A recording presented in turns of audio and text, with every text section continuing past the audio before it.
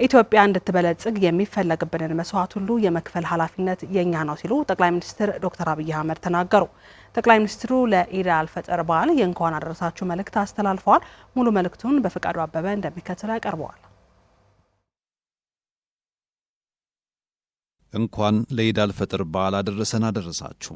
በህዝበ ሙስሊሙ ዘንድ ኢድ አልፈጥር የበረከት በዓል ተደርጎ ይታመናል። ረመዳንም የአላህ ደግነት የሚገለጥበት ውድ ስጦታዎችን ለሰው ልጆች የሰጠበት ወር ነው። ቁርአን ወደ ምድር የወረደበት፣ ጀሃነም ተዘግቶ የጀነት በሮች የሚከፈቱበት፣ ሁሉም እንደ እምነቱ ጽናትና እንደ አላህ እዝነት ምንዳዎችን የሚያገኝበት ወቅት በመሆኑ ህዝበ ሙስሊሙ ዘወትር የረመዳንና ኢድ አልፈጥርን መምጣት በጉጉት ይጠብቃል። በኢድ አልፈጥር ከፈጣሪ በረከት የሚቸራቸው የረመዳንን ወር በጾምና በዱዓ ያሳለፉት ናቸው። በበዓሉ መምጣት የሚደሰቱትም ረመዳንን በመልካም ተግባር ለማሳለፍ የበረቱ ናቸው። በተቀደሰው ወር ከክፋት የተቆጠቡ፣ ለድሆችና አቅመ ደካሞች ዘካት የሰጡ፣ የበደሏቸውን ይቅር ለማለት የደፈሩ፣ በሐሴትና በመንፈሳዊ ኃይል ተሞልተው ለኢዱ ይደርሳሉ።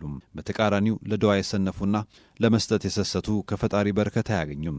ከፊታችን ግንቦት ላይ የሚካሄደው ምርጫ ሀገራችንን የዲሞክራሲን ድል የምትቀዳጅበት፣ ወደ ቀጣይ ብሩህ ዘመኗ የምትሸጋገርበት በር ነው። እንደ ሀገር ለዓመታት ዲሞክራሲን ስንናፍቅ ኖረናል።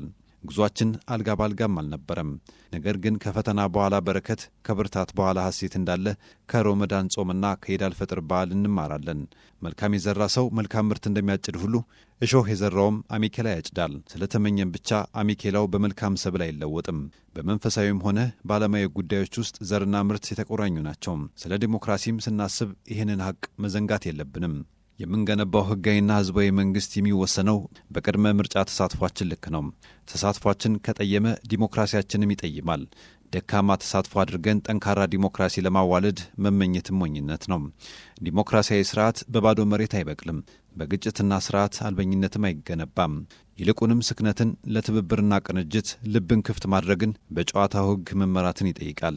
ረመዳን ቤተሰብ የሚገናኝበት፣ ህሊና የሚሰበሰብበት፣ ሰውነት የሚገራበትና መንፈስ የሚቀናበት ወር ነው። ኢድ አልፈጥር ደግሞ የሰው ልጅ ጤናማ ግንኙነቶች የሚያመለክት በዓል ነው። የሰው ልጅ ከፈጣሪው ጋር ከራሱ ጋርና ከወገኑ ጋር የሚኖረው ግንኙነት ጤናማ ካልሆነ ጠቅላላ ህይወቱ ጤናማ አይሆንም። በረመዳን ወቅት ጾሙ ሰዎችን ከራሳቸው ጋር ያገናኛቸዋል። ሰላትና ዱዓ ከፈጣሪያቸው ጋር ያገናኛቸዋል። አፍጠርና ዘካት ደግሞ ከማህበረሰቡ ጋር ያገናኛቸዋል።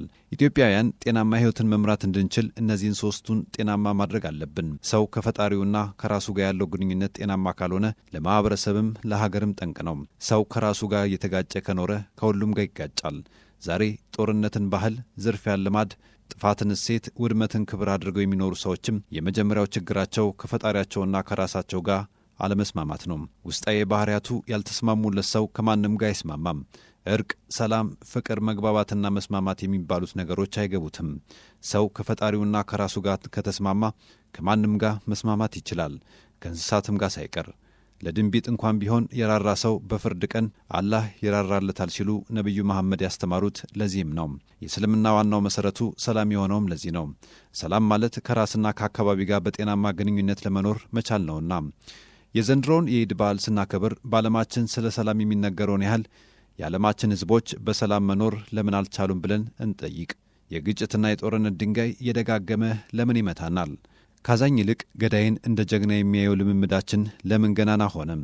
የሰው ልጅ ከግጭትና ከጦርነት ያተረፈው ድህነትና ኋላ ቀርነት መሆኑን እያየን ለምን አልተማርንም? ሰልጥኗል በምንለው ዓለም የሚኖሩ ወገኖቻችን እንዴት ግጭትንና ጦርነትን የሚያበረታቱ ሆኑም? ይህ ትውልድ እነዚህን ጥያቄዎች በሚገባ ጤኖ ምላሽ ሊያገኝላቸው ይገባል። ከራሳቸው ጋር ሰላም ያጡ አካላት የማህበረሰቡን ሰላም እንዲረብሹ ልንፈቅድላቸው አይገባም። ከረመዳን እሴቶች ጋር የተጣሉ ሰዎች ዘመናችንን እንዲረብሹ ልንፈቅድላቸው አይገባም። በ12ኛው መቶ ክፍለ ዘመን እንደ 21ኛው ክፍለ ዘመን መኖር ቀድሞ መገኘትም ነው። በ21ኛው ክፍለ ዘመን እንደ 12ኛው ክፍለ ዘመን መኖር ግን መረገም ነው።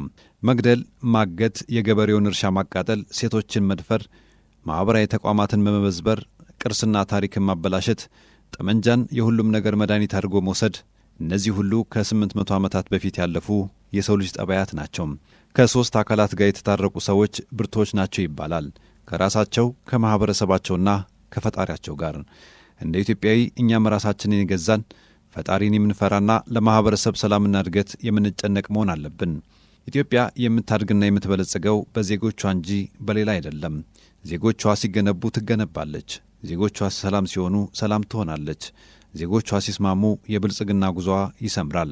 የኢትዮጵያ መበልጸግ የሌላ ሳይሆን የእኛ መበልጸግ ነው። ስለሆነም ኢትዮጵያ እንድትበለጽግ የሚፈለግብንን መስዋዕትነት ሁሉ የመክፈል ኃላፊነት የእኛ ነው። የእኛ ልፋት ከዛሬ አልፎ ለትውልድ ይተርፋል። ሀገር መውደዳችን የሚታወቀውና መልካም ዜግነታችን የሚገለጠው በስራችን ነው። ነቢዩ መሐመድ ምርጥ ሰዎች ማለት ሌሎችን ለመጥቀም የበረቱ ሰዎች ናቸው ብለው ያስተማሩትም ለዚህ ነው።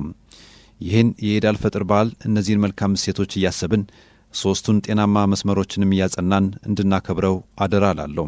በድጋሚ መልካም የኢድ አልፈጥር በዓል ይሁን። ኢድ ሙባረክ።